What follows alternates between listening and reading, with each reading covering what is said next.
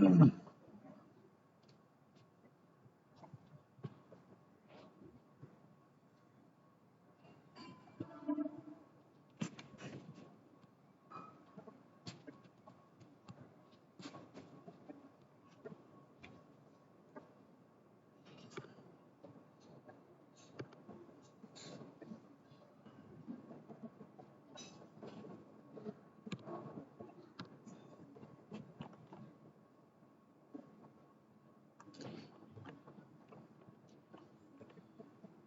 आज हम एक चैप्टर के बारे में पढ़ेंगे जो कि है हिपैटो बिलियरी सिस्टम।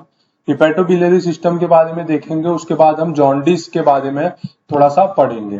तो सबसे पहला हिपैटो बिलियरी सिस्टम होता क्या है उसके बारे में देखेंगे। तो हिपैटो बिलियरी सिस्टम यानी कि एक सिस्टम जिसमें हिपैटो और बिलियरी, हिपैटो का मतलब होता है लीवर और बिलियरी का मतलब होता है बिलियरी ट्रैक्ट। हिपैटोबिलियरी सिस्टम यानी कि एक ऐसा सिस्टम जिसमें लीवर इन्वॉल्व हो और लीवर से एक कंपोनेंट बनता है जिसे हम कहते हैं बाइल। तो बाइल को ट्रांसपोर्टेशन के लिए कोई ट्रैक बना होता है जिसे हम कहते हैं बिलियरी ट्रैक। तो इसके बारे में हम पढ़ेंगे। तो इसमें पढ़ने से पहले हमें कुछ ऑर्गन्स के बारे में पता होना काफी ज्यादा जरूरी है। सबसे पहला आपके सामने एक डायग्राम है, उसमें जो बड़ा सा स्ट्रक्चर दिख रहा है हमें, इसे हम कहते हैं लीवर। तो इस स्ट्रक्चर को हम कहते हैं लीवर। लीवर के बेस पे कोई ऑर्गन प्रेजेंट होता है जिसे हम कहते हैं गॉल ब्लैडर। उसके साथ साथ कुछ ये स्ट्रक्चर जो यहाँ पे प्रेजेंट है इसे हम कहेंगे स्टमक। और स्टमक के साथ एक छोटा सा स्ट्रक्चर प्रेजेंट है जिसे हम कहते हैं स्प्लीन। स्टमक जो है वो आगे जाके स्मॉल इंटेस्टाइन में duodenum, first part of small intestine होता है, डिओडिनम वहां पे जाके जॉइंट हो जाता है। तो ये बेसिक स्ट्रक्चर है, ये एब्डोमेन में लंग्स के नीचे प्रेजेंट होते हैं। तो मोस्टली जो लिवर प्रेजेंट होता है वो राइट हाइपोकॉन्ड्रिक रीजन में प्रेजेंट होता है। और इसी में से कुछ ट्रैक निकलता है, कुछ ट्रैक जो है वो निकलता है जिसे हम कहते हैं बिलियरी ट्रैक। तो आगे हम देखेंगे। सबसे पहला हिपैटो का मतलब क्या होता है। तो हिपैटो का मतलब होता है लीवर और बिलियरी सिस्टम का मतलब होता है बिलियरी ट्रैक्ट, ऑर्गन और the duct that carry and store bile. मतलब बाइल एक कंपोनेंट होता है जिसको कैरी करने का काम और जिसको स्टोर करने का काम कहाँ पे होता है, बिलियरी ट्रैक में होता है। तो बिलियरी ट्रैक में या फिर बिलियरी ट्री जो होता है उसमें कौन कौन से कंपोनेंट आते हैं वो चीज हम देखेंगे। तो सबसे पहला है कि ये हमारे सामने एक डायग्राम है जिसमें हम देख सकते हैं कि बिलियरी ट्रैक के बारे में बताया है। तो ये जो बड़ा ऑर्गन है इसे हम कहते हैं लीवर। लीवर जो कि दो पार्ट में डिवाइडेड होता है, एक तो राइट साइड और एक तो होता है लेफ्ट साइड। तो राइट साइड से एक डक्ट निकलता है, कुछ ये डक्ट जो है ये राइट साइड से निकलता है जिसे हम कहते हैं राइट हिपैटिक डक्ट। और एक लेफ्ट साइड से डक्ट निकलता है जिसे हम कहते हैं लेफ्ट हिपैटिक डक्ट। दोनों डक्ट जो है वो कॉमनली आके मिल जाते हैं जिसे हम कहते हैं कॉमन हिपैटिक डक्ट। क्या कहेंगे, जो यहाँ पे दोनों स्ट्रक्चर राइट और लेफ्ट हिपैटिक डक्ट जो मिलते हैं उसे हम कहते हैं कॉमन हिपैटिक डक्ट। उसके बाद एक छोटा सा ऑर्गन जो मैंने कहा था लीवर के नीचे रहता है जिसे हम कहते हैं गॉल ब्लैडर। गॉल ब्लैडर में से भी कुछ डक्ट निकलते हैं या कुछ कैनाल निकलते हैं जिसे हम कहते हैं सिस्टिक डक्ट। क्या कहेंगे, सिस्टिक डक्ट। सिस्टिक डक्ट और कॉमन हिपैटिक डक्ट दोनों क्या करेंगे, दोनों जॉइंट हो जाएंगे और ये बनाएंगे कॉमन बाइल डक्ट। ये क्या बनाएंगे, कॉमन बाइल डक्ट। और ये कॉमन बाइल डक्ट जो है वो कहां पे जाके ओपन होगा, तो वो ओपन होगा first part of the small intestine यानी कि हम कह सकते हैं डिओडिनम। तो ये जो ट्रैक होता है या फिर ये जो ट्री होता है जो right hepatic duct left hepatic duct से स्टार्ट होता है और जाके खत्म होता है first part of small intestine यानी कि डिओडिनम में, इसे हम कहते हैं बिलियरी ट्रैक्ट या फिर बिलियरी ट्री। जो कि क्या करता है, स्टोर करता है और ट्रांसपोर्ट करता है बाइल को लीवर से लेके डिओडिनम तक। तो सबसे पहला हिपैटो यानी कि लीवर हुआ और बिलियरी ट्रैक में आया कि जो ट्रैक्ट होता है right hepatic duct left hepatic duct दोनों निकलते हैं जो कि जॉइंट होते हैं कॉमन हिपैटिक डक्ट में। गॉल ब्लैडर में से सिस्टिक डक्ट आता है। सिस्टिक डक्ट और कॉमन हिपैटिक डक्ट जो जो दोनों जॉइंट होके कॉमन बाइल डक्ट बनाते हैं, और कॉमन बाइल डक्ट जो है वो आके डिओडिनम में जुड़ जाता है या फिर मीट होता है। तो ये हो गया बिलियरी ट्री के बारे में या फिर बिलियरी ट्रैक्ट के बारे में। अभी बाइल स्टोर करने का या फिर बाइल को ट्रांसपोर्ट करने का काम जो होता है वो बिलियरी ट्रैक्ट का होता है, या फिर हम कह सकते हैं बिलियरी ट्री का होता है। लेकिन ये बाइल क्या होता है? तो बाइल एक टाइप का फ्लूइड होता है। क्या होता है? एक टाइप का फ्लूइड होता है जो कि लीवर में बनता है और जो फैट के डाइजेशन के लिए हेल्प करता है। मतलब बॉडी में अगर फैट होगा तो उसके डाइजेशन के लिए कोई कंपोनेंट जो हेल्प करता है तो वो होता है बाइल। तो bile it is a fluid made by liver that help to digest fat and then release it into the small intestine. Mostly ये जाके स्मॉल इंटेस्टाइन में रिलीज किया जाता है। तो हमें यहां तक पता चला कि हिपैटो यानी कि लीवर क्या है, बिलियरी सिस्टम क्या होता है, बिलियरी सिस्टम में कौन कौन से ट्रैक आते हैं, और बाइल जो है वो बाइल क्या होता है, ये भी चीज के बारे में हमें पता चला। अभी एक शॉर्ट में देखेंगे कि लीवर होता क्या है। तो लीवर बॉडी में सबसे इंपॉर्टेंट ऑर्गन होता है जिसमें काफी सारा केमिकल रिएक्शंस होते हैं। बहुत सारे केमिकल्स जो होते हैं बॉडी में वो रिलीज किया जाता है लीवर से। तो लीवर सबसे पहला तो ये लार्जेस्ट ऑर्गन है। It is the largest organ of the body, weighing about 1400 to 1600 grams in male. Male में 1400 से 1600 ग्राम होता है वेट, और फीमेल्स में होता है 1200 से लेके 1400 ग्राम फीमेल में वेट होता है। इसके अंदर दो लोब प्रेजेंट होते हैं, एक तो राइट लोब और एक तो लेफ्ट लोब। जो राइट लोब होता है वो काफी बड़ा होता है as compare to left lobe. तो अगर हम देखेंगे तो जैसे कि मैंने इस स्ट्रक्चर में बताया था आपको कि ये जो लीवर है, तो लीवर में कुछ ये साइड का स्ट्रक्चर है, उसे हम कहेंगे राइट लोब, और जो ये स्ट्रक्चर है कुछ इधर इतना सा पार्ट, इसे हम कहेंगे लेफ्ट लोब। तो जो राइट लोब होता है लीवर का वो 6 टाइम्स बड़ा होता है as compare to left lobe. Left lobe के हिसाब से राइट लोब जो होता है वो 6 टाइम्स बड़ा होता है। Lobes are separated anteriorly by falciform ligament. Anteriorly वो कैसे डिवाइड किया जाता है? तो एक लिगामेंट होता है जिसे हम कहते हैं falciform ligament. Inferiorly ligamentum teres and posteriorly by ligamentum venosum.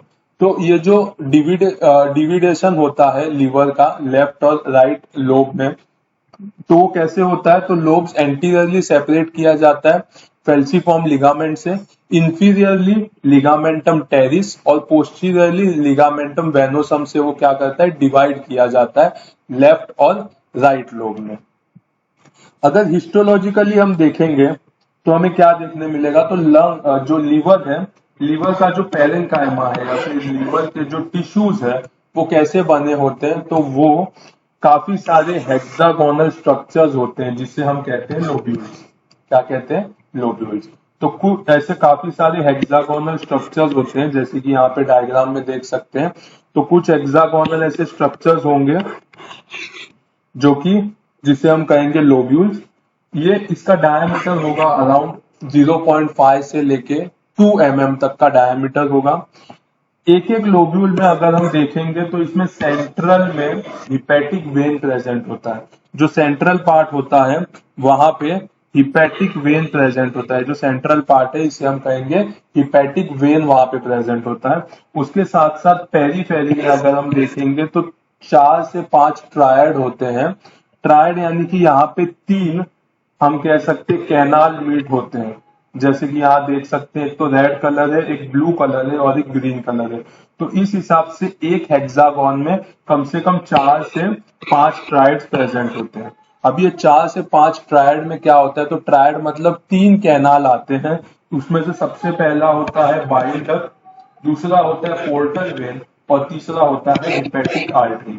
तो जो रेड में है वो है हिपैटिक आर्टरी, जो ब्लू में है वो पोर्टल वेन है, और जो ग्रीन में है उसे हम कहते हैं बाइल डक्ट।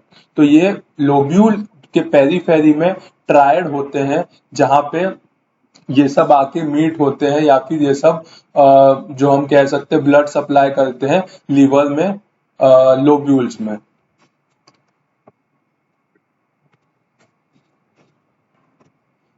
इसके बाद अगर हम देखेंगे तो जो लोब्यूल्स होते हैं, जो हेक्सागोनल स्ट्रक्चर या फिर हम कह सकते हैं जो लोब्यूल्स होते हैं,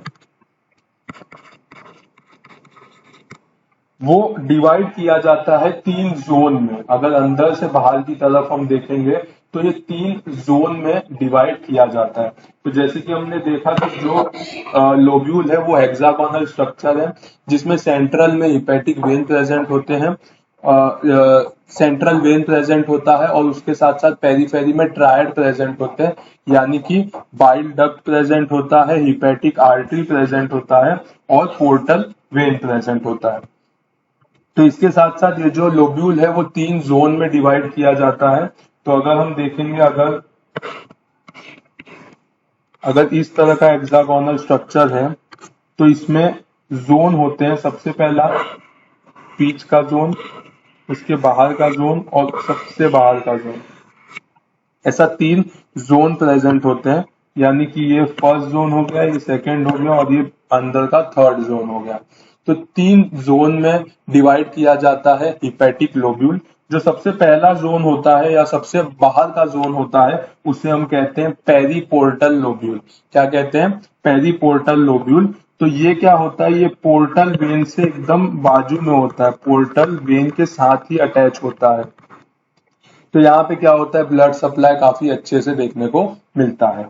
दूसरा जोन होता है मिड जोनल रीजन। क्या होता है? मिड जोनल रीजन, जो कि दोनों जो हम कह सकते हैं जोन के बीच में प्रेजेंट होता है। इसमें काफी कम हमें मतलब पैथोलॉजिकल फीचर्स काफी कम देखने को मिलता है।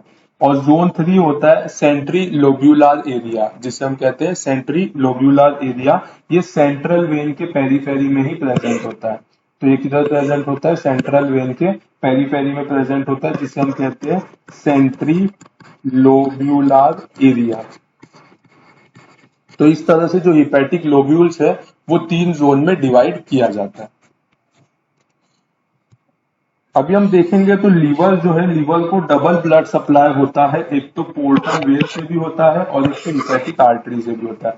तो ये चीज ध्यान में रखना काफी ज्यादा जरूरी है कि लीवर में डबल ब्लड सप्लाई होता है, यानी कि एक पोर्टल वेन से भी ब्लड सप्लाई होता है और एक हिपैटिक आर्टरी से भी ब्लड सप्लाई किया जाता है। अगर हम फंक्शन देखेंगे लीवर का, तो लीवर का फंक्शन क्या होता है? तो लीवर का सबसे इंपॉर्टेंट फंक्शन होता है manufacture and excretion of bile. Bile को मैन्युफैक्चर करना और उसका एक्सक्रीशन करना, ये काम लीवर का होता है। तो ये सबसे इंपॉर्टेंट कंपोनेंट है। जैसे कि हम कहते हैं कि बाइल क्या करता है, तो फैट को डिसॉल्व करने का काम करता है।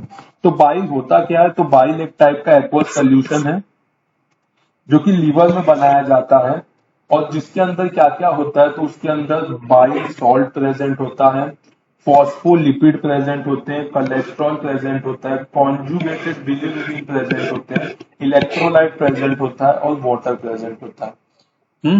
तो इसमें काफी सारी चीजें प्रेजेंट होती है जिसे हम कहते हैं बाइल। तो बाइल क्या होता है? तो एक लिक्विड होता है, एक एक्वस सोल्यूशन होता है, जिसके अंदर में bile salt, phospholipid, cholesterol, conjugated bilirubin, electrolyte और वाटर प्रेजेंट होता है। इसको मैन्युफैक्चर करना और इसको एक्सक्रीट करने का काम किसका होता है? लीवर का होता है। दूसरा काम क्या होता है? Manufacture of plasma protein. तो काफी अमाउंट में प्लाज्मा प्रोटीन होते हैं, जैसे कि एल्बुमिन, फाइब्रिनोजेन, प्रोथ्रोम्बिन, ये सब जो प्रोटीन्स होते हैं इसको भी मैन्युफैक्चर करता है liver. Metabolism of protein, carbohydrate and fat. तो जैसे कि मैंने कहा था कि एक केमिकल मतलब केमिस्ट्री लैब जैसा एक अपने बॉडी में ऑर्गन है, वो है लीवर। तो उसके अंदर क्या होता है? प्रोटीन, कार्बोहाइड्रेट और फैट्स जो होते हैं वो मेटाबोलाइज होते हैं, उसमें से एनर्जी रिलीज किया जाता है। उसके साथ साथ storage of vitamin A, vitamin D, vitamin B 12 and iron, vitamin A, vitamin D, vitamin B12 और आयरन जो होते हैं उनको स्टोर करने का काम भी लीवर करता है।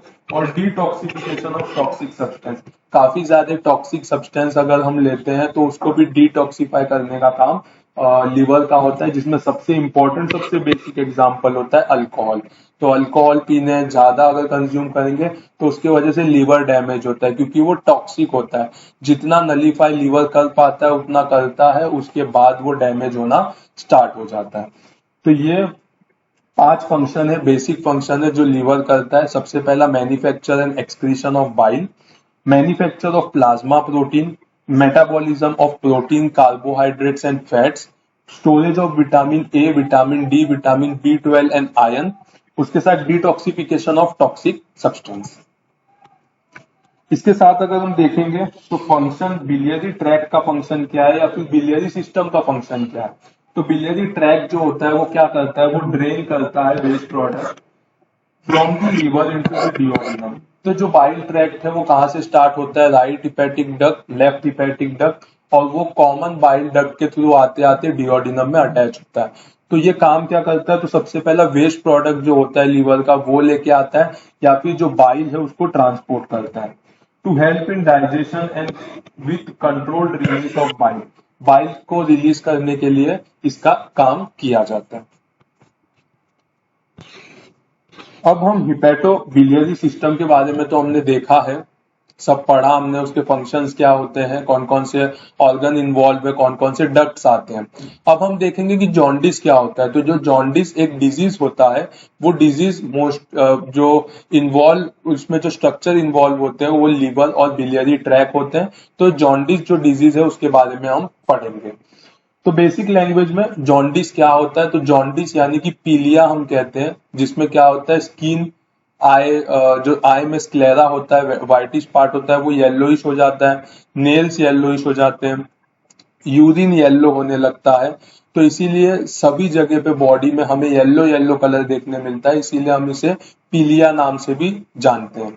तो जॉन्डिस क्या होता है, इसका दूसरा नाम क्या है, तो इसका दूसरा नाम है इक्टेरस या फिर हाइपर बिलीरुबिनेमिया, यानी कि इसमें बिलीरुबिन जो कंपोनेंट होता है वो बढ़ जाने की वजह से, हाइपर यानी कि बिलीरुबिन बढ़ जाने की वजह से ये इन्वॉल्व होता, ये डिजीज डेवलप होता है, इसीलिए हम इसे क्या कहते हैं, जॉन्डिस कहते हैं। तो जॉन्डिस का दूसरा नाम क्या है, एक तो इक्टेरस और एक तो हाइपर बिलीरुबिनेमिया। तो जॉन्डिस का डेफिनेशन क्या है, इट इज द येलोइश और greenish pigmentation of the skin and the sclera due to the high bilirubin level. जो बिलीरुबिन होता है वो बढ़ जाने के वजह से क्या होता है, जो स्किन है, जो स्क्लेरा है, वो येलोइश या ग्रीनिश दिखने लगते हैं। अभी बिलीरुबिन में दो बिलीरुबिन आते हैं, एक तो कॉन्जुगेटेड बिलीरुबिन आता है, एक तो अनकॉन्जुगेटेड बिलीरुबिन आता है। तो कोई भी बिलीरुबिन अगर बढ़ जाए तो हम उसे क्या कहेंगे, जॉन्डिस कहते हैं। उसके अलग अलग टाइप्स होते हैं, क्लासिफिकेशंस होते हैं, जिसे हम आगे पढ़ेंगे। तो इसका डेफिनेशन क्या है जॉन्डिस का, तो इट इज द येलोइश और greenish pigmentation of the skin and the sclera due to the high bilirubin level. Bilirubin में दोनों हो सकते हैं, कॉन्जुगेटेड बिलीरुबिन या फिर अनकॉन्जुगेटेड बिलीरुबिन। तो जैसे कि हम इस फोटो में देख सकते हैं, ये जो आंख हम देख रहे हैं स्क्लेरा में, ये कुछ येलोइश या ग्रीनिश तरह का दिख रहा है, तो हम कह सकते हैं कि पेशेंट जो है वो जो है उसे जॉन्डिस हुआ है पेशेंट को। तो मोस्टली स्क्लेरा से या फिर स्किन से, नेल से पता चलता है कि पेशेंट को जॉन्डिस हुआ है या नहीं।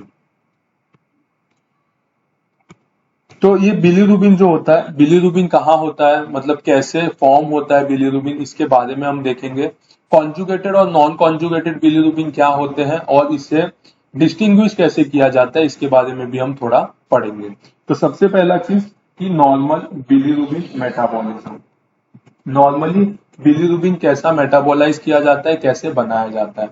तो इसमें 4 पार्ट आता है। सबसे पहला पार्ट आता है जिसे हम कहते हैं सोर्स, क्या क्या प्रोडक्ट से बिलीरुबिन बनता है। दूसरा आता है ट्रांसपोर्टेशन, कैसे ट्रांसपोर्ट किया जाता है बिलीरुबिन। तीसरा आता है हिपैटिक फेज, यानी कि लीवर का इसमें क्या रोल होता है। और चौथा आता है इंटेस्टिनल फेस, यानी कि इंटेस्टाइन में इसका क्या रोल होता है। तो अगर हम देखेंगे तो हमारे पास एक स्ट्रक्चर है जिसे हम धीरे धीरे पढ़ेंगे।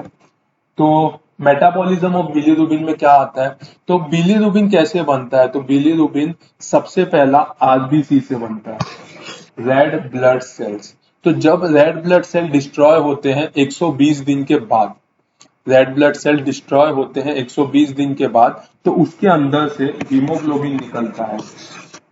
हीमोग्लोबिन दो पार्ट में डिवाइड होता है, एक तो हीम और एक तो ग्लोबिन। तो जो हीम पार्ट होता है, ये हीम पार्ट से क्या बनता है, ये हीम पार्ट से बिलीरुबिन बनना स्टार्ट होता है। तो 80 to 85% अगर हम केसेस देखेंगे तो उसमें रेड सेल का डिस्ट्रक्शन होने की वजह से बिलीरुबिन फॉर्मेशन देखने को मिलता है, या फिर हाइपर बिलीरुबिनेमिया देखने को मिलता है। दूसरा है बोन मैरो यानी कि इनइफेक्टिव एरिथ्रोपोरोसिस। कुछ इनइफेक्टिव रेड ब्लड सेल्स होते हैं, उनके वजह से भी हमें हीम मिलता है उनके कारण से, और उससे भी बिलीरुबिन का फॉर्मेशन होता है। और तीसरा हीम कंटेनिंग टिश्यू। तो कुछ टिश्यूज होते हैं मायोग्लोबिन, इसमें से भी हीम प्रेजेंट होता है। तो मोस्टली 15 to 20% केसेस में जो मायोग्लोबिन है वहां से हीम प्रोड्यूस किया जाता है, जिसकी वजह से आगे बिलीरुबिन फॉर्मेशन होता है। तो ये सब चीजों में से हीम जो कंपोनेंट है वो निकलता है। हीम निकलने के साथ साथ क्या होता है, तो हीम जब भी आता है तो ये कंबाइन होता है हीम ऑक्सीजनेज नाम के एंजाइम से। हीम ऑक्सीजनेज नाम के एंजाइम से कंबाइन होता है, और यहाँ पे O2 और NADPH ये दो चीज के मिलने के वजह से जो हीम होता है वो बिलीवर्डिन में कन्वर्ट किया जाता है। कहाँ कन्वर्ट किया जाता है, बिलीवर्डिन में कन्वर्ट किया जाता है। तो ये हीम जो होता है वो बिलीवर्डिन में कन्वर्ट किया जाता है हेम ऑक्सीजनेज एंजाइम में, हेम ऑक्सीजनेज एंजाइम से, और उसके साथ साथ सपोर्ट करता है ऑक्सीजन और NADPH। ये बिलीरुबिन जो बिलीवर्डिन जो फॉर्म होता है वो बिलीवर्डिन एक एंजाइम के साथ मिलता है जिसे हम कहते हैं बिलीवर्डिन रिडक्टेज, और वो कन्वर्ट करता है बिलीवर्डिन को अनकॉन्जुगेटेड बिलीरुबिन में। किसमें कन्वर्ट करता है, अनकॉन्जुगेटेड बिलीरुबिन। तो अनकॉन्जुगेटेड बिलीरुबिन क्या होता है, तो जब भी बिलीरुबिन जो होता है वो एल्ब्यूमिन से जॉइंट होते हैं तो उसे हम कहते हैं अनकॉन्जुगेटेड बिलीरुबिन। तो ये सारा जो चीजें होती है ये होता है लीवर के बाहर। तो लीवर के बाहर यानी कि जो स्प्लीन है वहां पे ये सब चीज होता है। रेटिक्यूलो एंडोथीलियल सिस्टम जो होता है वहां पे ये सब चीजें होती है, वहां से वो ट्रांसपोर्ट किया जाता है लीवर में। तो अनकॉन्जुगेटेड जो बिलीरुबिन होते हैं वो ट्रांसफर किए जाते हैं कहाँ पे, लीवर में। तो ये अनकॉन्जुगेटेड बिलीरुबिन कहाँ आता है, लीवर में आता है। लीवर में आने के बाद ये डिसोसिएट होता है, एक तो बिलीरुबिन में और एक तो एल्ब्यूमिन में। जो बिलीरुबिन होता है वो कंबाइन किया जाता है ग्लूकोरिनिल एस ट्रांसफरेज नाम के एंजाइम से। ग्लूकोरिनिल एस ट्रांसफरेज नाम के एंजाइम से बिलीरुबिन कंबाइन होता है, और वो फॉर्म करता है कॉन्जुगेटेड बिलीरुबिन। वो क्या फॉर्म करता है, कॉन्जुगेटेड बिलीरुबिन फॉर्म करता है, जो कि वाटर में सॉल्युबल होता है। जो कॉन्जुगेटेड बिलीरुबिन होता है ये क्या करता है, तो ये जो राइट और लेफ्ट हिपैटिक डक्ट होते हैं वहां से नीचे की तरफ आता है। नीचे की तरफ कहां तक आएगा, तो ये आता है डियोडिनम तक, जहां पे बिलियरी ट्रैक जॉइंट होता है।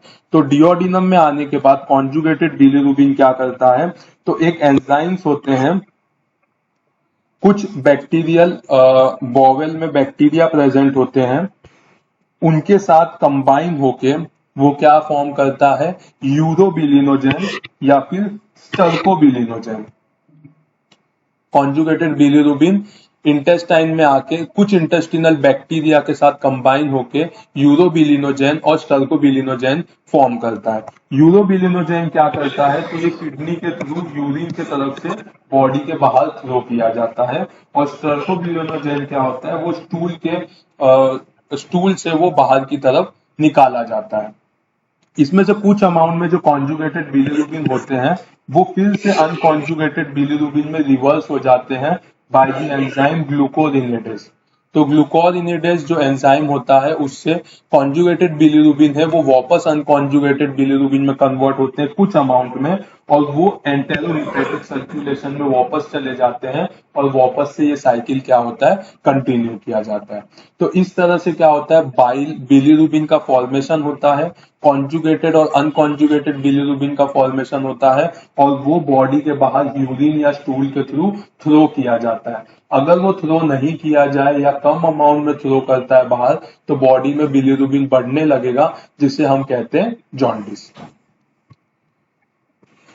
तो जैसे कि हमने दोनों देखा, एक तो बिलीरुबिन भी देखा, एक तो कॉन्जुगेटेड बिलीरुबिन भी देखा, एक अनकॉन्जुगेटेड बिलीरुबिन भी देखा। अभी इसका अगर हम डिफरेंस देखेंगे तो डिफरेंस हम पढ़ते हैं शॉर्ट में कॉन्जुगेटेड अनकॉन्जुगेटेड बिलीरुबिन का। तो एक तो कॉन्जुगेटेड बिलीरुबिन,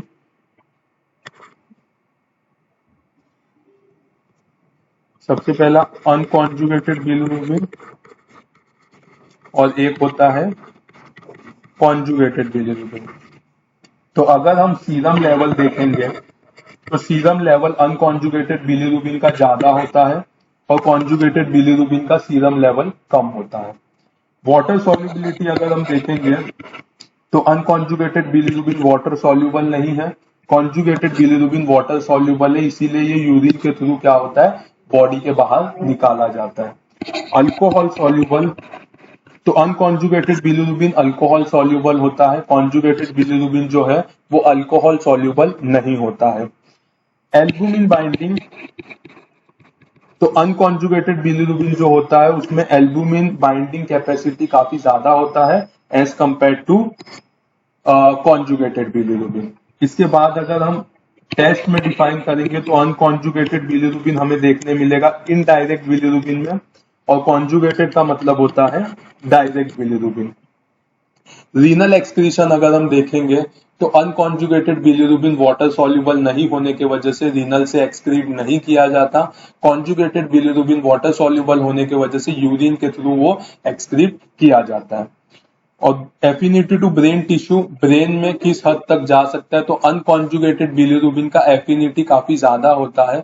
तो अगर अनकॉन्जुगेटेड बिलीरुबिन बॉडी में बढ़ने लगता है तो वो ब्रेन को भी अफेक्ट करता है, जिसकी वजह से हमें हिपैटिक एन्सेफेलोपैथी देखने को मिलता है। तो ये डिफरेंस हो गया अनकॉन्जुगेटेड और कॉन्जुगेटेड बिलीरुबिन में। अब हम देखेंगे type of liver cell necrosis.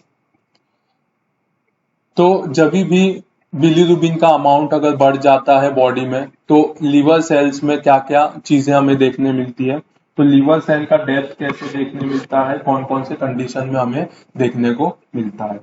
सबसे पहला डिफ्यूज नेक्रोसिस। तो नेक्रोसिस तीन टाइप का होता है, एक तो डिफ्यूज नेक्रोसिस होता है, एक तो जोनल नेक्रोसिस होता है, और एक होता है फोकल नेक्रोसिस।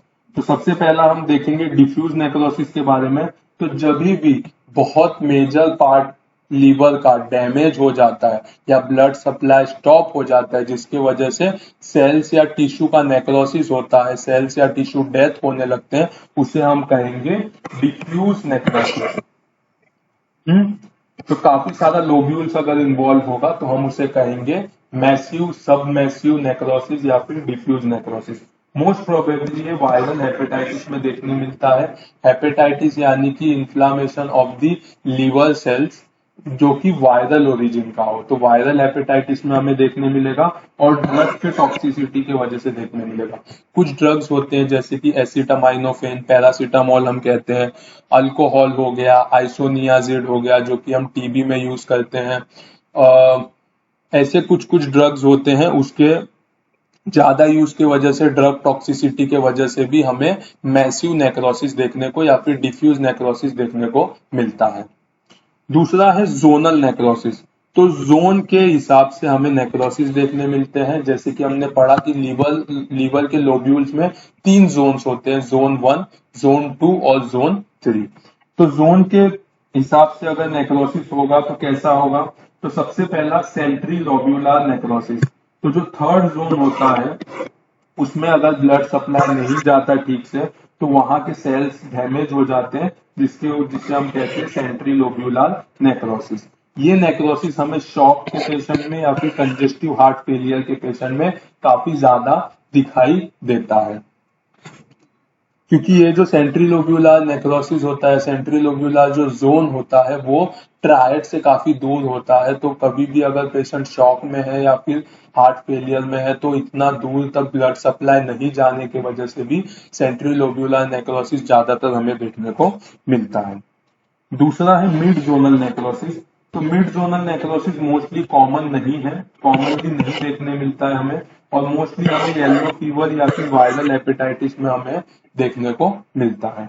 तीसरा है पेरीपोर्टल नेक्रोसिस, यानी कि जोन 1 आउटर साइड का नेक्रोसिस कब देखने मिलेगा, तो ये कभी भी आर्टेरियल और पोर्टल ब्लड सप्लाई के पास होता है। तो ये काफी ज्यादा परफ्यूज्ड होता है, मतलब इसमें ब्लड सप्लाई का कभी भी कमी देखने को नहीं मिलता।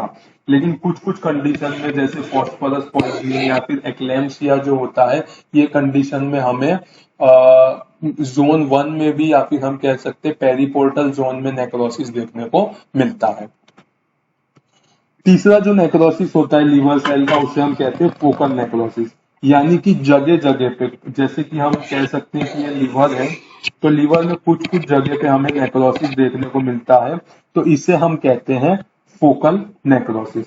तो फोकल नेक्रोसिस क्या होता है, तो it is the necrosis of hepatocytes irregularly distributed in the hepatic lobules। Most probably हमें viral hepatitis, miliary tuberculosis, typhoid fever ये सब में देखने मिलता है, या फिर bacterial, viral and fungal infection में भी देखने मिलता है।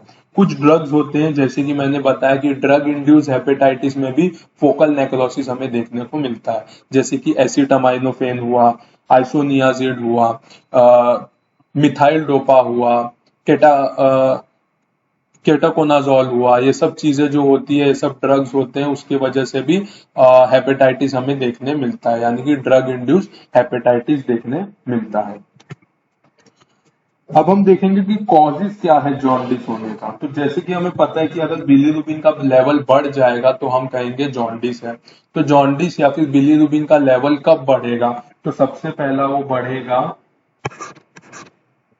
Bilirubin production, increase bilirubin production, यानी कि जो हेम होगा, जो आरबीसी का डिस्ट्रक्शन होगा, उसके वजह से हेम प्रोड्यूस होगा और उसके वजह से बिलीरुबिन का प्रोडक्शन इंक्रीज होगा। दूसरा है decrease hepatic Uptake. Unconjugated bilirubin जो है वो लीवर में नहीं जा पाना, हिपैटिक या फिर लीवर में नहीं जाने की वजह से अनकॉन्जुगेटेड बिलीरुबिन बढ़ जाएगा, जिससे हम जॉन्डिस कहेंगे। तीसरा है डिक्रीज हिपैटिक कॉन्जुगेशन। जो लीवर में है बिलीरुबिन, अनकॉन्जुगेटेड बिलीरुबिन चले तो जाएगा, लेकिन वहां पे कुछ एंजाइम्स नहीं होंगे जिसके वजह से कन्वर्जन होता है या फिर कॉन्जुगेशन होता है बिलीरुबिन का। और चौथा है decrease excretion of the bilirubin in bile, यानी कि बाइल का फ्लो का ऑब्स्ट्रक्शन हो जाना, उसकी वजह से भी हाइपर बिलीरुबिनेमिया देखने मिलता है। इसमें से जो फर्स्ट 3 होते हैं, increase bilirubin production, decrease hepatic Uptake और डिक्रीज हिपैटिक कॉन्जुगेशन से हमें अनकॉन्जुगेटेड हाइपर बिलीरुबिनेमिया देखने मिलता है। और जो डिक्रीज एक्सक्रीशन ऑफ बाइल की वजह से या फिर बिलीरुबिन की वजह से हमें कॉन्जुगेटेड हाइपर बिलीरुबिनेमिया देखने को मिलता है।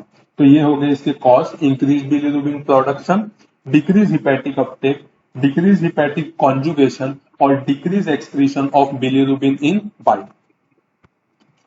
क्लासिफिकेशन अगर हम देखेंगे जॉन्डिस का तो कैसा है, तो सबसे पहला क्लासिफिकेशन में आएगा प्री हिपैटिक, जो लीवर से बाहर, हिपैटिक यानी कि लीवर में, और पोस्ट हिपैटिक कोलिस्टेसिस, यानी कि लीवर से बिलीरुबिन निकलने के बाद अगर ऑब्स्ट्रक्शन हो तो बिलियरी ट्रैक्ट में कहीं पे अटका हो तो उसे हम कहेंगे पोस्ट हिपैटिक कोलिस्टेसिस। कोलिस्टेसिस का मतलब होता है ऑब्स्ट्रक्शन ऑफ द बाइल।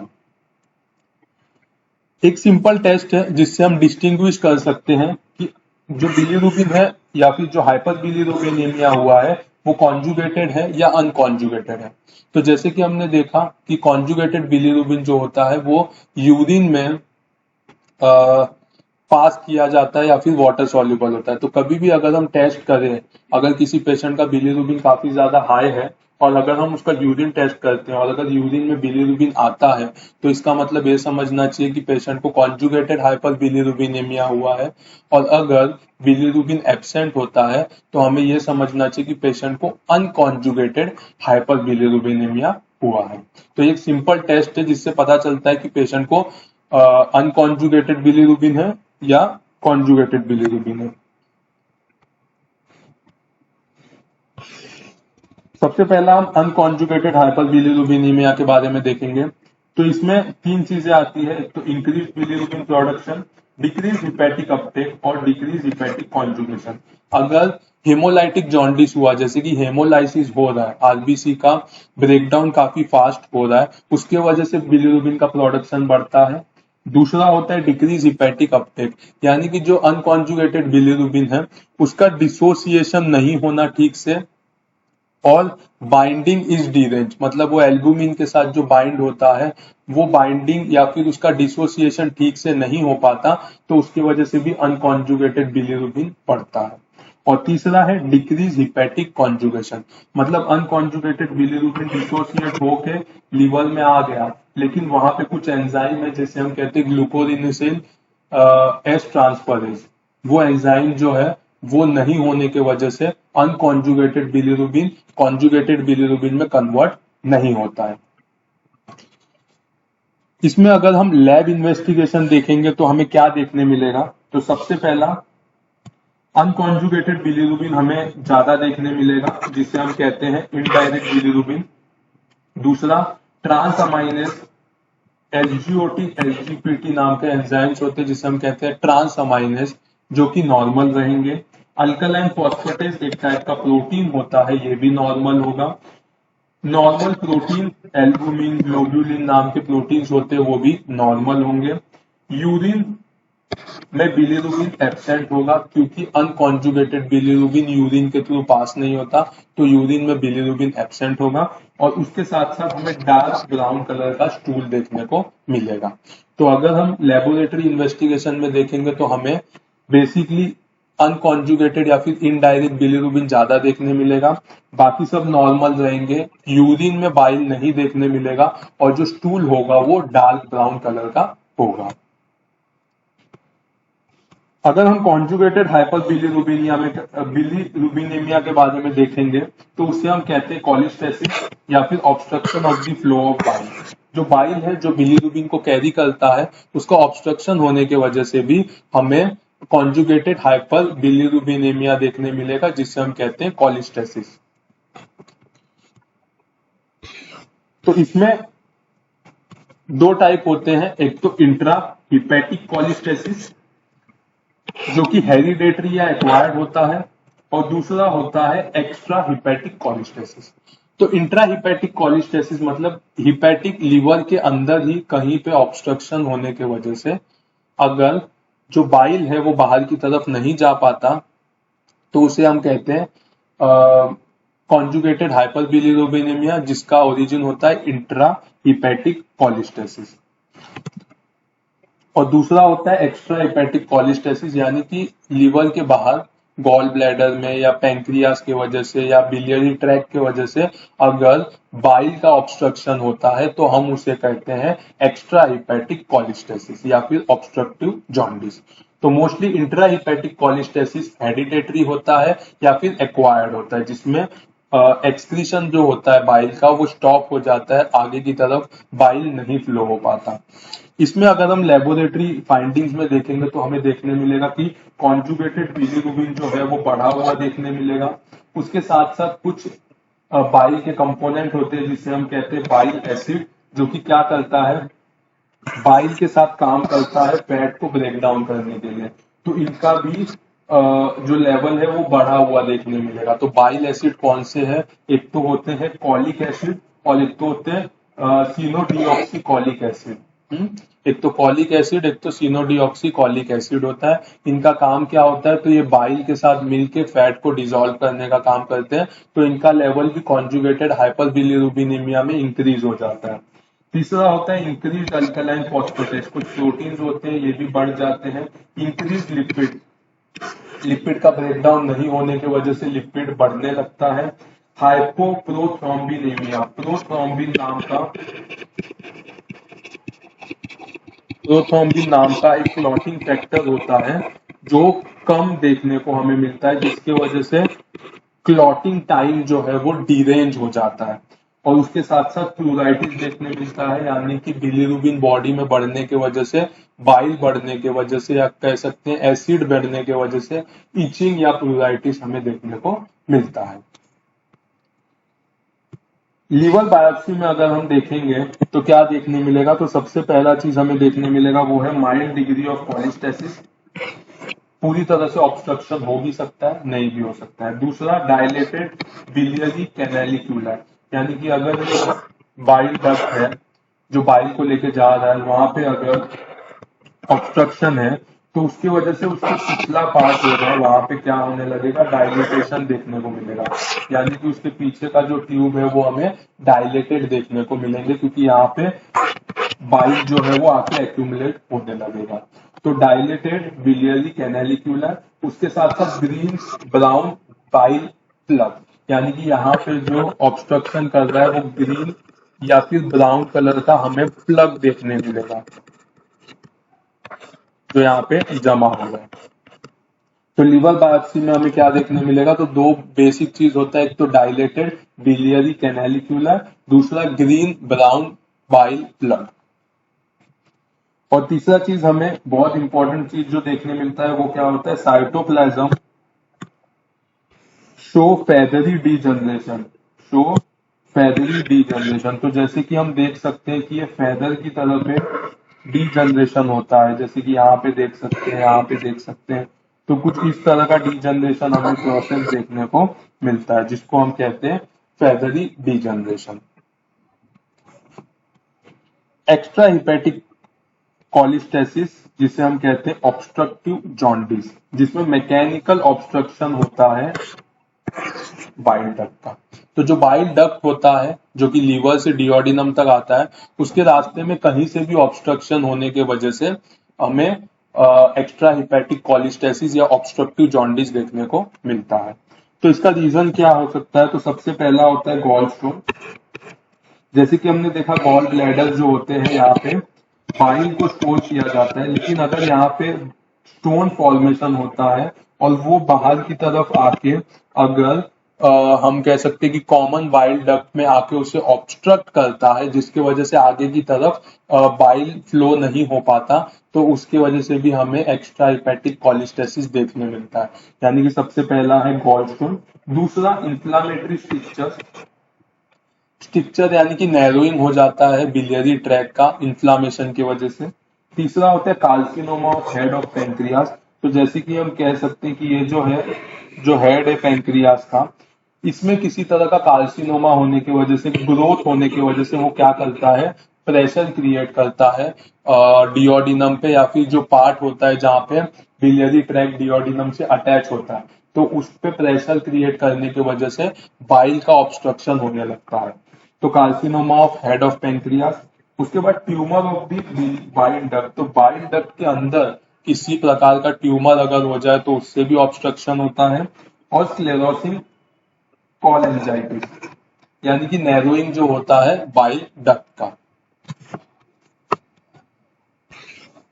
अगर लेबोरेटरी फाइंडिंग्स हम देखेंगे तो हमें क्या देखने मिलेगा, तो सेम कॉन्जुगेटेड बिलीरुबिन बढ़ा हुआ देखने मिलेगा, उसके साथ साथ बाइल एसिड बढ़े हुए देखने मिलेंगे, अल्कलाइन फॉस्फेटेज बढ़ा हुआ देखने मिलेगा, लिपिड बढ़ा हुआ देखने मिलेगा। यूरिन में अगर हम देखेंगे तो कॉन्जुगेटेड बिलीरुबिन देखने मिलेंगे। और स्टूल का कलर कैसा होगा, कि एक कलर जैसा होगा, मिट्टी के कलर जैसा स्टूल देखने को मिलेगा। लीवर बायोप्सी अगर हम देखते हैं तो लीवर बायोप्सी में हमें क्या देखने मिलेगा, तो डायलेटेड बाइल डक्ट। तो जैसे कि मैंने कहा कि अगर ये बाइल डक्ट है, इसमें अगर एक जगह पे ऑब्स्ट्रक्शन हो गया है तो यहाँ पे बाइल जो है आके एक्यूमुलेट होने लगेगा, जिसकी वजह से क्या होगा, यहाँ का डायलेटेशन होने लगेगा या फिर फूगने लगेगा बाइल डक्ट। दूसरा, rupture of canalicular producing bile lake. अगर ज्यादा बिलिरुबिन आके यहाँ पे एक्यूमुलेट होता है तो उसकी वजह से ये जो डक्ट है वो रप्चर भी हो सकता है, और जो बिलिरुबिन है या फिर जो बाइल है वो क्या होगा, आजू बाजू में एक्यूमुलेट होने लगेगा, जिसे हम कहते हैं बाइल लेक। तो बाइल लेक जैसे कि मैंने इसमें बताया है, तो ये जो कुछ स्ट्रक्चर देख सकते हैं इसे हम कहते हैं bile lake. Rupture of canalicula, rupture होने की वजह से बाइल डक्ट के आजू बाजू में जो क्या होता है, बाइल एक्यूमुलेट होता है, जिसे हम कहते हैं बाइल लेक। उसके साथ साथ हमें फोकल नेक्रोसिस देखने मिलता है, hepatocytes around the bile lake. तो बाइल लेक जो होता है, बाइल जो होता है वो एसिडिक होता है, तो वो क्या करता है, सेल्स को डैमेज करना स्टार्ट करता है, तो उसकी वजह से फोकल नेक्रोसिस हमें देखने मिलते हैं। और ऑब्स्ट्रक्शन होने की वजह से पीछे के साइड पे हमें क्या इन्फेक्शन देखने मिलता है, क्या देखने मिलता है, डक्ट में बैक्टीरियल इन्फेक्शन हमें देखने को मिलता है। तो ये सब चीजों से हम अनकॉन्जुगेटेड कॉन्जुगेटेड हाइपरबिलिरुबिनीमिया को डिस्टिंग्विश कर सकते हैं और जान सकते हैं कि जो जॉन्डिस है या फिर बिलिरुबिन जो बढ़ा है वो ऑब्स्ट्रक्शन की वजह से बढ़ा है, या फिर बिलिरुबिन प्रोडक्शन बढ़ने की वजह से बढ़ा है, कैसे बढ़ा है, ये सब हम इस इतने इंफॉर्मेशन से हम जान सकते हैं। तो ये टॉपिक काफी इंपॉर्टेंट है, तो ये टॉपिक ध्यान में रखना काफी ज्यादा जरूरी है।